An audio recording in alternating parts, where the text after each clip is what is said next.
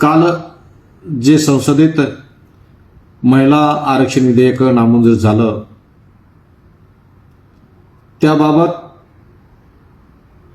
भाजप आणि मित्रपक्ष विरोधी पक्षाला बदनाम करण्याचं काम या निमित्तानं करत आहेत. कारण जे महिला आरक्षण विधेयक होतं त्यामध्ये परिसीमन आणि संघराज्य हे दोन विधेयक त्यांनी या विधेयकाला जोडून टाकल्यामुळे ते विधेयक विरोधी पक्षाने नामंजूर केलं.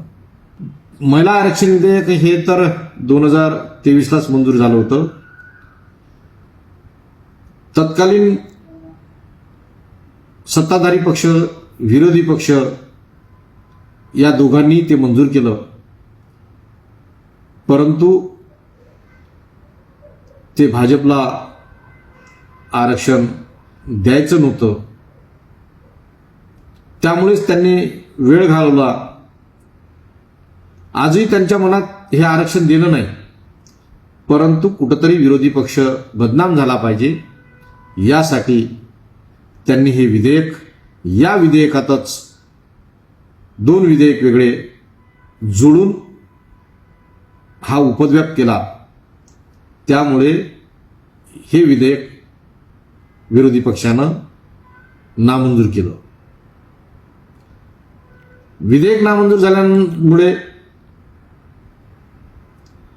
काही लोक मगरीचे आसू गाळत आहेत, परंतु त्यांच्या लक्षात हे नाही भाजपला 400 पार आकडा मिळाला नाही म्हणून. भाजपला 405चा आकडा हा महिला आरक्षणासाठी पाहिजे नाही. साध्या बहुमताने ते पास होते, परंतु भाजप सरकारला या देशाची घटना भारतीय राज्यघटना बदलवायची आहे आणि इतर उपद्व्याप करायचे आहे, म्हणून हा 400 पार आकडा त्यांना पाहिजे होता. म्हणून रडणाऱ्या लोकांनी भ्रमात राहू नये. महिला विधेयक आरक्षण विधेयक हे 400 पारच्या आकड्यावर अवलंबून नव्हतं. मी या निमित्तानं स्पष्ट सांगेल, जी आज महिला आरक्षणाच्या विषयी काँग्रेसला आणि विरोधी पक्षाला बदनाम करण्याचं षडयंत्र या निमित्तानं चाललेलं आहे.